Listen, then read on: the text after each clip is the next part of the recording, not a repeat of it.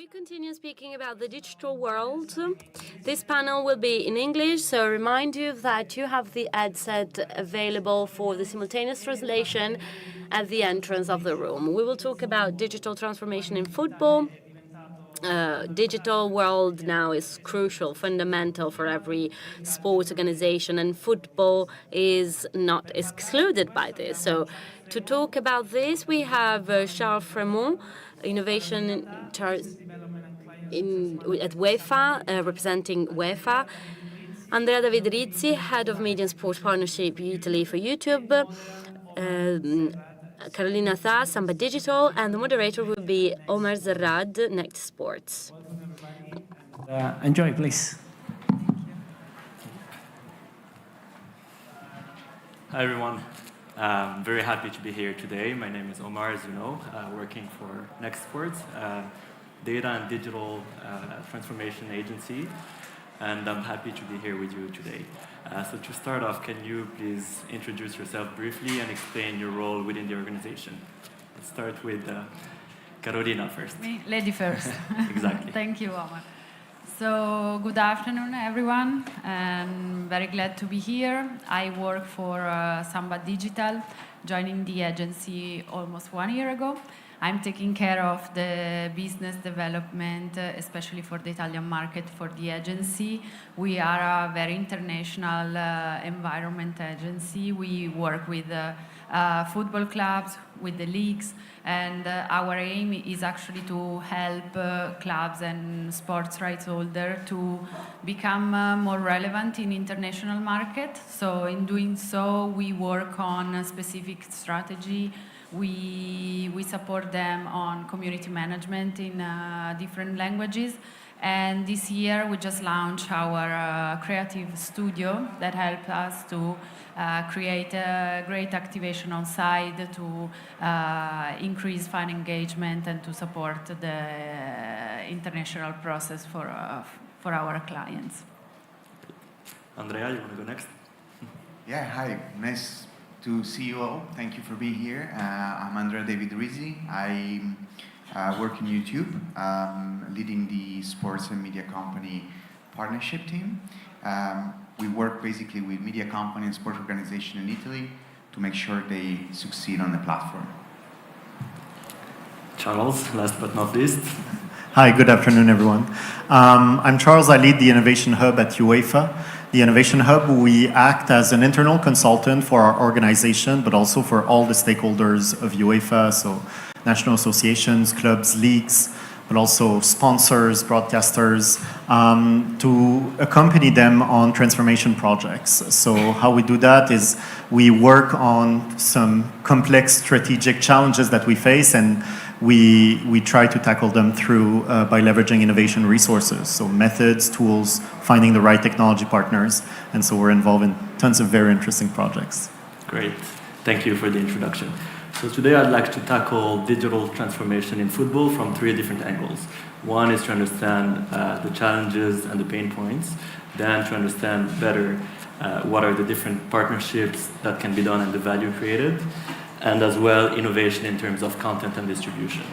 So to start off and talk about the trends and challenges, maybe Andrea, you can start. We see that today football is changing a lot. The way it's consumed, different generations consume content in different ways.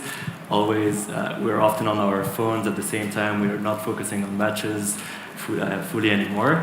But also beyond the pitch, we see, beyond the match, we see different things. How sponsors are activating, how there is a journey for the fans from pre-match to post-match and so on. So can you elaborate a bit on how football is going beyond the 90 minutes? Sure, I think YouTube is a very good example of how football has gone beyond the 90 minutes. And first of all, I would say that probably the lifeblood of this change is the existence of creators. So the access to tools that make it easy to create content and platforms like YouTube is really making possible for new voices to raise in the world of football.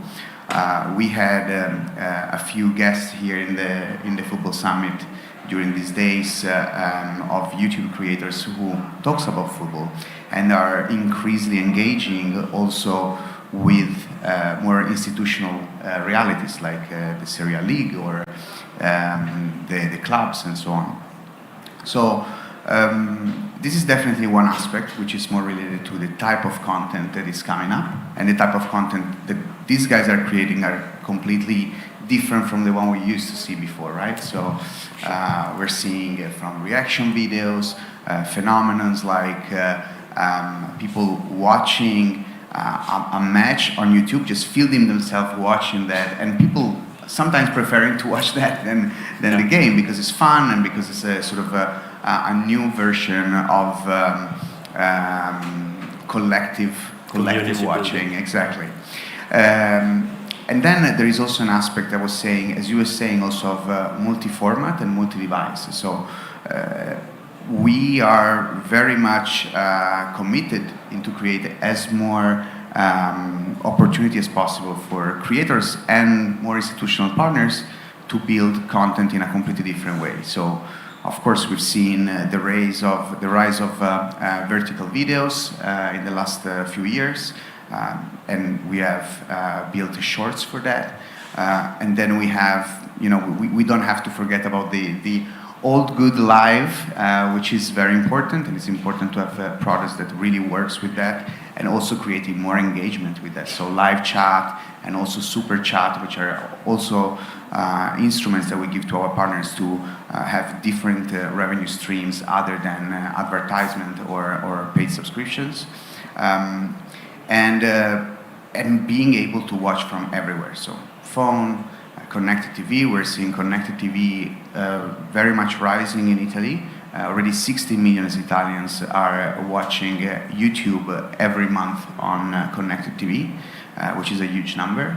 And of course, tablet and everything. So it's always part of the journey. We're always connected, and we also have same time experience, phone and connected TV. So I think there is a bright future on that side. Exactly. Bright future, but some challenges, right? So, Carolina, I think if you could walk us through some of the challenges that football organizations are facing today when they want to tackle digital transformation. What are some of these challenges that you see?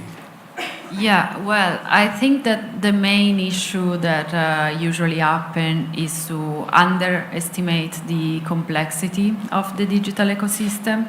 So we face now a world that is based on different platforms that works actually very different one from each other. Sometimes the same platform can add from today to tomorrow a new opportunity, a new service inside the platform. So I think that the main issue here for the clubs is to really understand that they need to differentiate their strategy, because sometimes the same platform don't even work the same if you change markets. So maybe the use that we do for a platform in Italy is not the same that we should use in US. So this is also how we are trying to support our clients in terms of developing their communication. So we want to know very deeply how the platform work, how they should leverage every single opportunities that there is in this platform, and support them to create a strategy that is actually differentiate from one market to the other, from different fan segmentation. So I think that sometimes when we think about the digital world, we think about something that is there, but we don't really feel it. So we are trying to explain to our client that you need a proper strategy that talks just in different way, comparing to what you are working with the platform that you want to develop. So I think that this is the main issue right now, and sometimes people just want to be the first mover. They just want to be the first one entering in the new platform. But if you are not ready to do that, the risk is very high. So instead of maybe having nice content, instead of be the innovator, you can fail and you have maybe to go out from there. So it's not nice for the credibility of the right holder, of course. Yeah. And it's not always easy because when we see different platforms, sometimes different websites or an OTT and so on, and you see sometimes even with the same person could have different accounts, and in your system you would see my name through like 3 different accounts, but I'm only one person, Actually, so this is one of the big challenges today as well that we see. Actually, if we think about our fruition of social media, I mean, if I'm on Instagram, I look for a kind of content. If I'm on TikTok, I'm a different kind of user, and I'm always the same person in the same market with the same age.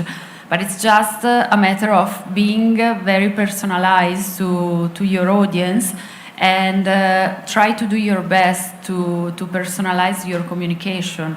Of course, the challenge here is that you still need to leave your footprint, so you cannot be something completely different, but you need to leverage your shade in terms of like being unique, but of course engaging for your fans. And this is not easy because the competition out there, it's so high. Exactly. And even in innovation, we see a lot of challenges, and it's a good segue towards my next question for you, Charles. Congratulations on launching this new initiative, Champions Innovate. Can you tell us a bit more where it came from, what's the concept, and what challenges do you expect to solve through this platform? Yeah, well, thanks for your kind words. We're very proud of that program. So Champions Innovate, I know the topic is digital transformation in football, but we're just going to take a little bit of a step back before we address digital through this program. But it came from, when I introduced what I do at UEFA, it often involves a very complex network of stakeholders that we need to put around the same table to tackle a specific strategic problem. And that's where it all came from. So basically, Champions Innovate refers to the Champions League. Every year we host the final in a different city. And what we decided to do was to bring together our sponsors, the host city of the final, together with a startup to develop pilot projects inside the city. You mentioned in the intro that football is more than 90 minutes. So the Champions League is the best of the best in football, and the final is perhaps the culmination of that. So what we wanted to do was take the best entrepreneurs to solve complex strategic problems that our stakeholders face. So we designed a program by first going to see the office of the mayor of the City of London, who are hosting the Champions League final at Wembley this season, and asked them, obviously London is a world-renowned city for hosting major events. So what are some policies that you would like to accelerate through the hosting of the final? And they said, well, we want to accelerate our sustainability policies.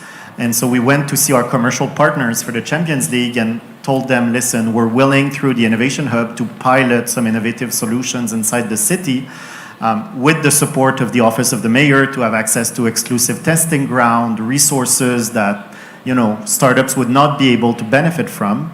And so 3 of our sponsors for this first season decided to get on board. So we have PepsiCo, MasterCard, and Just Eat Takeaway. And under the umbrella of sustainability, we designed 3 different challenges, one per sponsor. So the one for Pepsi is, how can we generate green energy through fans inside the city to power the UEFA Champions League final kickoff show? That is one of the activation rights of Pepsi. On Just Eat, it's how can we create more awareness towards people who order food on our solution so that they're more aware of the carbon emissions linked to their order. So that's the second challenge. And the third challenge is with MasterCard is how can they leverage some of their fintech solutions through a fan engagement activation that creates more awareness to fans to diminish their carbon emissions, but as well as rewarding the ones that actually do it. So we're in the application phase right now. We see some incredible types of applications that are being submitted. I think for us as a football organization and an event organizer, it's super interesting to, focus on different types of technologies than the ones we're actually looking at on a day-to-day basis around green technologies, on food tech, energy tech, green fintech as well. And it opens so many partnership opportunities, which is really exciting. Exciting. Moving on to innovation and content distribution. You started tackling it a bit before, and you as well, Carolina. Can you tell us some of the recent launches that you did? You worked on some cool projects. If you can tell us a bit more about it. Yeah, I mean, I'm very lucky because we work with the best football clubs in Europe, in the world, and with the leagues. So, I mean, our client list is very challenging, but it's very fun, and we have a lot of opportunities. So what we like to do with our clients is basically to personalize our approach for each of them. As I was saying before, there is no like the receipt for for everything. So you need to understand your clients, and you need to work. I think that this year, since we launched the Creative Studio, we improve a lot the quality of our creative team, and this gave us the opportunity to start to test something new. And I think that one of the most successful projects so far is to use AI to create some graphics that can really bring the fans out from the reality, and you can do really whatever you want. I mean, not every time, because Almost. Sometimes the AI doesn't respond as you would like, but it's still a process, of course. But we just wanted to propose something new to our clients and give them the opportunity to create something that basically doesn't exist, but that is in our minds. So we are having actually a lot of fun on creating and experimenting, because I think that this is one of the best part of our job, that we can experiment new stuff, and it's part also of the innovation. So tomorrow we might discover something that today doesn't exist, so that we can approach, that we can study, we can test. And we are lucky enough to have space with our clients, of course, to test this. And so far, it's going very good, very well. And so we're going to continue to perform always better, of course, to become perfect, to also train the AI, because it's something that the most you use it, the most it will answer to the way that you want it. But yeah, it's so far the most innovative thing that we are working on right now. Yeah. Andrea, would you like to add something on that, on this innovation on content distribution? Also, with a mindset looking at today, direct to consumer is super important, and personalizing relationships. So what you may be sending to me is not the same as what the experience for Charles or Carolina could be, for example, on YouTube. Well, so I would say that AI is the word of the year, right? So everyone is talking about it, and it makes sense to talk about it, because it's a huge opportunity, which also set us a number of challenges that we need to look at in a very responsible way. We have recently launched some of our AI tools. Actually, we have announced it, and we will launch it. One of them is Dream Screen, which is doing something similar to what you were trying to do. So this will allow creators to create AI-generated image and videos as background for shorts. Mm-hmm. Then we are also building a new tool, which is YouTube Create, which will be an editor for videos for creators. And also another important new product will be Allowed, which is something that is going to the direction of personalized content in some way, because we'll make it easier for partners and creators to create efficiently dubbed content and make it available in multi-audio for every type of users around the world, every language user around the world. going back to the concept of how important it is to have a direct relation to consumer, I think is vital. Especially in this world where content is flourishing and there's so much content around us, we really don't know where to watch because it's so much. Mm-hmm. So creating a trusted relationship and loyalty with your user base is fundamental. So in order to do that, we have built several products, from conversational products, so like Community Tab, which allows to have a conversation also outside of the video space within YouTube, but also products which are going in the direction of building new revenue stream direct to consumers. I mentioned before Super Chat. Yeah. We also launched YouTube Membership, which allows to create a paywall within your YouTube channels to give additional content, digital goods, and so on. And as well, YouTube Shopping, which allows you to connect your e-commerce website directly into your YouTube channel. So we're really looking into building value for sport organization and for creator more in general with these new products that we're launching. It's becoming a one-stop shop with 360 view of your user. Exactly. So I think that's pretty much the vision, and you know we can build up also later on some of the things we're doing is exactly in terms of distribution. I think you mentioned distribution as well, which is another very challenging aspect for users, because we have, you know, every day there is a new OTT platform offering new content. Content is more and more segmented, especially in the sports side. Yeah. So you would have to navigate from one place to another place and so on. And to address that, we have recently launched YouTube Primetime. YouTube Primetime is a product that is available currently only in the US, UK, and Germany, and basically will allow you as a user to buy pay TV services within YouTube. So you will be able to have a seamless experience between AVOD free content and SVOD content and TVOD content, basically making your experience much more rich. So imagine you're an NFL fan. You start your journey on YouTube looking for, I don't know, New York Giants highlights for the last game. You watch the highlights and then you will be offered to purchase NFL Game Pass by DAZN, which has been launched just a few days ago in the UK and Germany. Mm-hmm.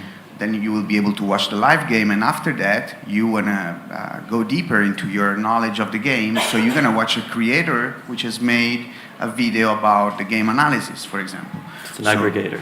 Yes, it's an aggregator which is putting together AVOD, SVOD, and TVOD in a very seamless way to really give a full 360 experience to the user. Great, thank you. Last topic for today is more about the partnerships through digital transformation and innovation as well, and the impact. Charles, we can start with you. And for UEFA and its sponsors, what is the value of working with this innovative and digital ecosystem made of startups, researchers, and other type of organizations in the ecosystem? Yeah, I think it has a lot of value.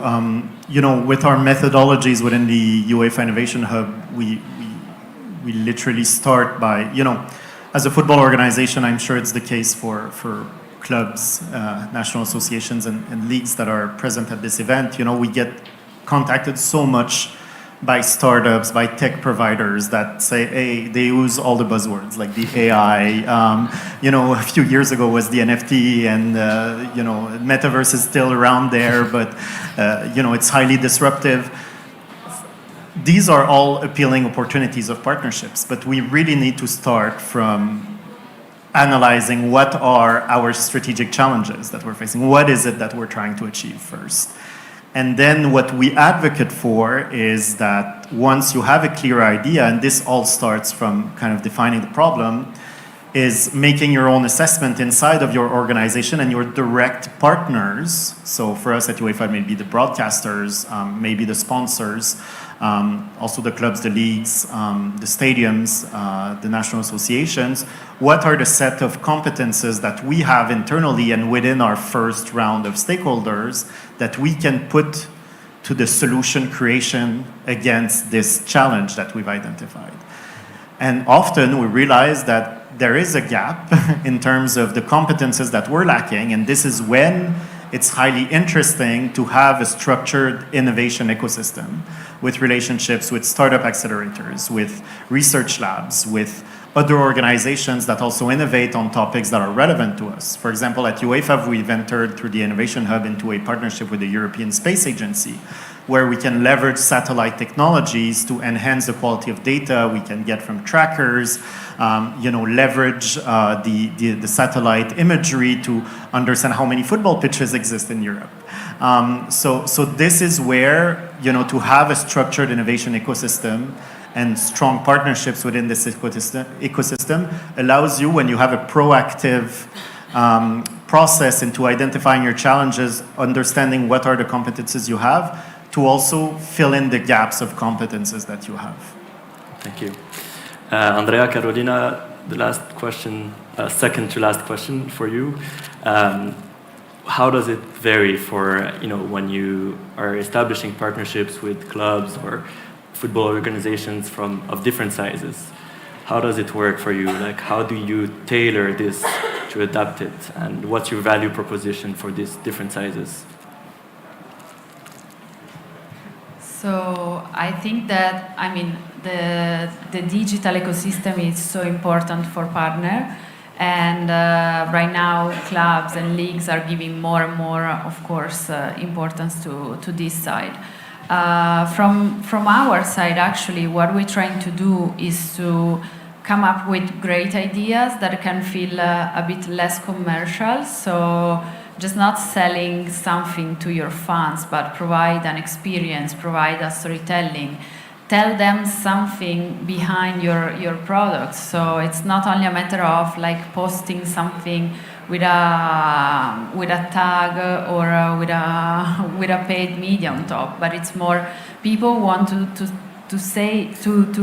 listen to some nice story from the partners, and they want to really understand the value behind it. So it's not just a matter of creating content for partners, because of course it's part of the main agreement between clubs and brand, but it's more to move a bit the attention on the value that a partnership can create. And I think that fans understand that much better, appreciate that much better, and probably the result it's much better. Yeah, for sure.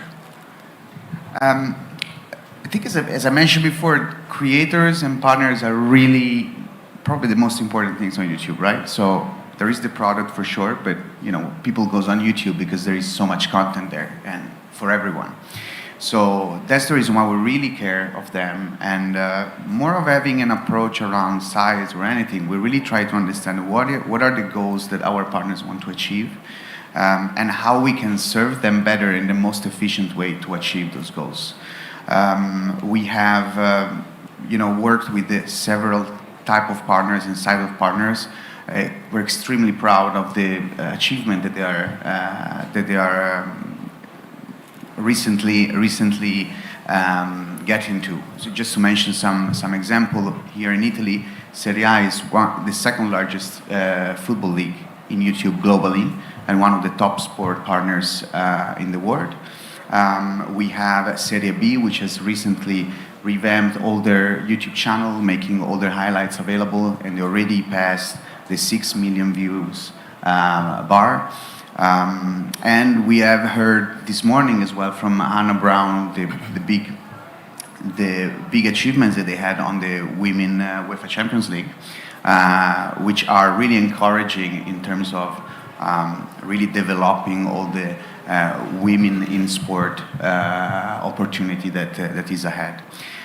So I just mentioned these three. I could go on and on, but this is just to summarize that every single partner might have different type of goals, and YouTube as a platform is increasingly becoming more important in their let's say media mix, if you want to call it with a sort of technical way.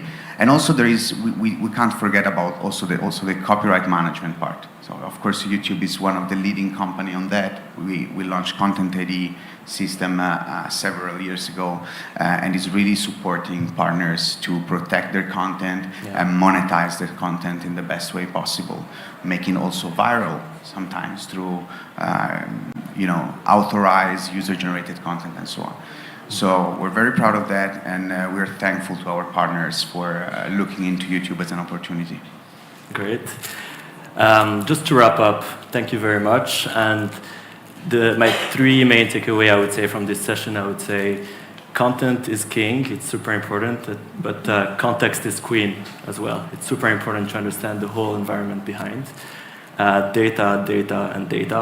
It's important to understand your fans, your stakeholders, to understand their needs. You may have different needs from me, and it's important to assess what these needs are, and the value of partnerships and win-win. And even if it means, not the most traditional partnership, but, partnering up with different sizes, different industries, and so on. That would be my three takeaways.